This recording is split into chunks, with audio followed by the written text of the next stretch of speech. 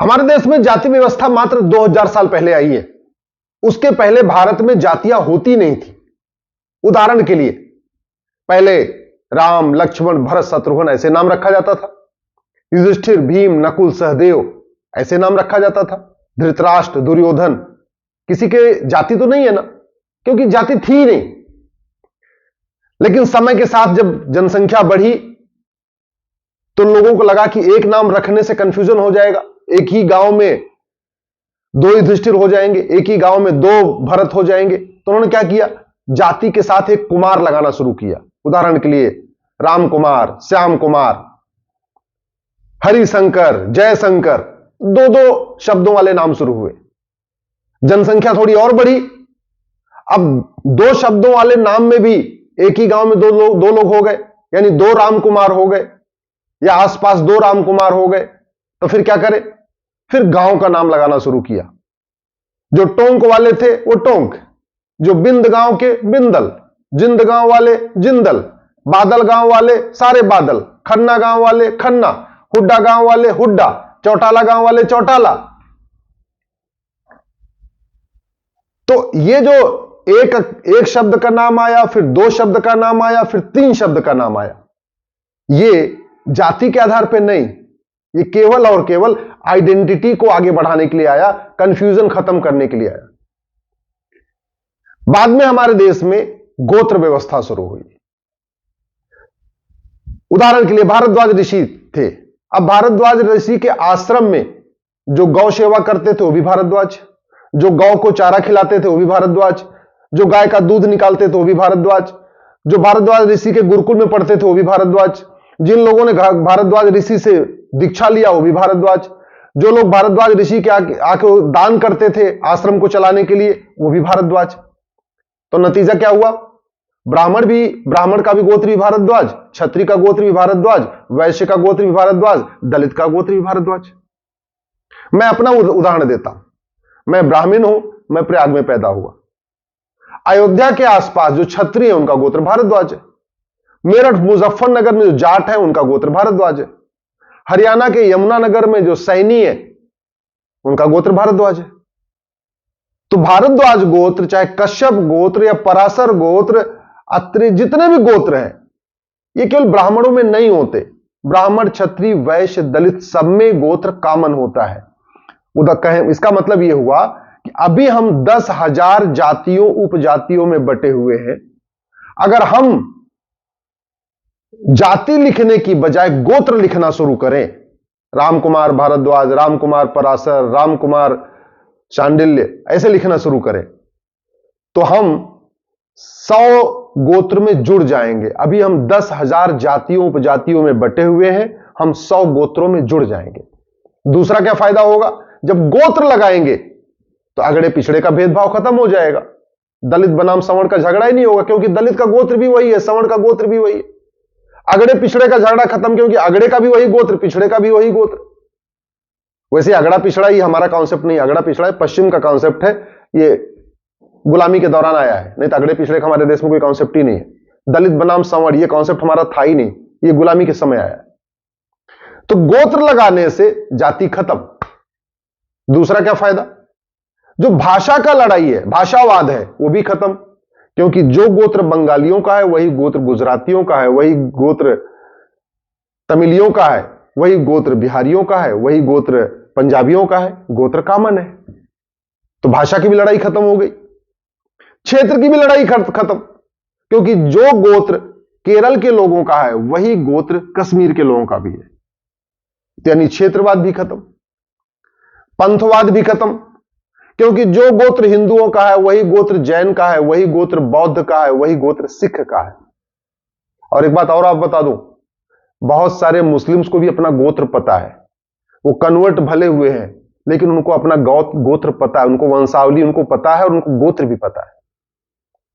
तो अगर गोत्र लगाएं तो पंथवाद भी खत्म। यानी गोत्र का क्या फायदा हुआ, जातिवाद खत्म, भाषावाद खत्म, क्षेत्रवाद खत्म, पंथवाद खत्म। और एक और बहुत बड़ा फायदा वो है घर वापसी का। उदाहरण के लिए मान लीजिए एक गांव है, यहां सारे यादव रहते हैं, उसी में कुछ परिवार कन्वर्ट होके मुस्लिम बन गए। अब वो वापस आना चाहते हैं, लेकिन जब वो यादव लगाने की कोशिश करते हैं अपने नाम के साथ, तो अगल बगल के यादव भाई हमारे विरोध कर देते हैं। लेकिन वो यादव लगाने की बजाय अगर भारद्वाज लगाएं, पराशर लगाएं, पुलस्त्य लगाएं, जाबाल लगाएं, मार्कंडे लगाएं, दधीच लगाएं, अग्निवेश लगाएं, मरीच लगाएं, तो कोई उनको रोक सकता है क्या? नहीं, क्योंकि ये गोत्र तो कॉमन है। तो जो घर वापसी में एक सबसे बड़ी समस्या है कि लोग घर वापसी करके किस कास्ट में जाएं, वो समस्या भी खत्म हो जाएगी। इसलिए मैं अपने सभी धर्मगुरुओं से भी, सभी आचार्यों से, अपने सभी महामंडलेश्वर से निवेदन करता हूं, भारत में गोत्र व्यवस्था को बहाल करने के लिए अभियान शुरू करें। सरकार से निवेदन है कि सरकार ये जाति पूछना छोड़ दे, गरीबी के आधार पर योजनाएं जारी रखे, स्वागत है। और अगर उसको पूछना है तो जाति क्यों पूछ रही, गोत्र पूछे ना। 10,000 जातियों में क्यों हमें बांट रखा है? गोत्र पूछे, हम उत्तर से दक्षिण, पूरब से पश्चिम 100 गोत्रों में यूनाइट हो जाएंगे। गोत्र का इस समय हजारों लोग घर वापसी करना चाहते हैं। उनके साथ समस्या ही है, उनके साथ रोटी बेटी का रिश्ता कौन करेगा? लोग घर वापसी करना चाहते हैं, उनके साथ समस्या यह है कि वो किस जाति में जाएं। तो मैं तो कह रहा हूं, जाति का चक्कर ही छोड़ो, आप अपने नाम के साथ गोत्र लगाओ। अग्निवेश लगाइए, अष्टावक्र लगाइए, अत्रेय लगाइए, कपिल लगाइए, कश्यप लगाइए, कात्यायन लगाइए, गर्ग लगाइए, गोभिला लगाइए, च्यवन लगाइए, जमदग्नि लगाइए, जैमिनी लगाइए, दत्तात्रेय लगाइए, दधीच लगाइए, पराशर लगाइए, पुलस्त्य लगाइए, भारद्वाज लगाइए, भरूच लगाइए, भृगु लगाइए, गौतम लगाइए, मैत्रायण लगाइए। आप जातियों के चक्कर में क्यों पड़े हुए हो? आपको घर वापसी करनी है, नाम जो रखना रख लीजिए, राम, कृष्ण, भरत, शत्रुघ्न, जो रखना है नाम रखिए। नाम के साथ आप जाति मत लगाइए, आप सीधे सीधे गोत्र लगाइए। आप अपने नाम के साथ साथ वामदेव लगाइए, वाल्मीकि लगाइए, विश्रवा लगाइए, विश्वामित्र लगाइए, व्यास लगाइए, सरभंग लगाइए, सत्यकाम लगाइए, जाबाल लगाइए, सुमंत लगाइए, अंगिरस लगाइए, पुलह लगाइए, सुनक लगाइए। आप देख लीजिए, ब्रिटेन के प्रधानमंत्री, उनके पिताजी गोत्र लगाते थे सुनक, बेटे का नाम भी ऋषि सुनक, प्रधानमंत्री है। तो गोत्र लगाइए, काहे लिए जातियों के चक्कर में पड़े हुए? कणाद लगाइए, पतंजलि लगाइए। हमारे देश में ऋषियों की कमी नहीं है। अब कुछ लोग सोच रहे होंगे नहीं, हमको तो गोत्र ही नहीं पता, हम कौन सा गोत्र लगाए? उसके लिए भी विधान है। हमारे यहां साफ साफ लिखा हुआ है, जिसको अपना गोत्र नहीं पता उसका गोत्र कश्यप माना जाएगा। तो अगर आप घर वापसी करना चाहते हैं, आपको अपना गोत्र नहीं पता, तो कोई बात नहीं, नाम बदलिए और सीधे सीधे कश्यप लगा लीजिए। या आप जहां के रहने वाले हैं वहां पता करिए कि आपके गांव में बाकी लोगों का गोत्र क्या है। अगर आपके जहां आप रहते हैं और वहां आसपास के लोगों का भारद्वाज है, गौतम है, पराशर है, वही गोत्र आप भी लगा लीजिए। और बिल्कुल नहीं पता तो कश्यप लगा लीजिए। तो गोत्र व्यवस्था लागू करने से घर वापसी आसान हो गई। गोत्र व्यवस्था लागू करने से जातिवाद खत्म हुआ, क्योंकि जो गोत्र पासवान का है, वही गोत्र पटेल का है, वही गोत्र यादव का है, वही गोत्र सिंह का है, वही गोत्र भूमिहार का है, वही गोत्र ब्राह्मण का है। क्योंकि ऋषियों के यहां आने में ऐसा नहीं केवल ब्राह्मण आते थे, ऋषियों के आश्रम में ब्राह्मण भी आते थे, क्षत्रिय भी आते थे, वैश्य भी आते थे, वाल्मीकि समाज के लोग भी आते थे, दलित भाई भी आते थे, सब लोग आते थे। तो इसलिए गोत्र कॉमन है सबका। मैं इस भारत के सभी अपने धर्मगुरुओं से, सभी महामंडलेश्वर से, सभी अपने कथावाचक से, सभी राष्ट्रवादी संगठनों से सबसे निवेदन करता हूं, गोत्र व्यवस्था को आगे बढ़ाइए।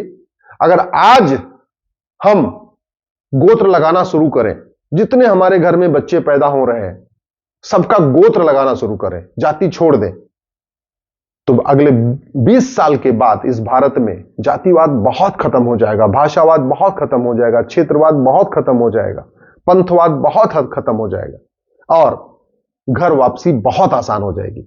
इसलिए जाति हटाइए, गोत्र लगाइए। जय हिंद, जय भारत।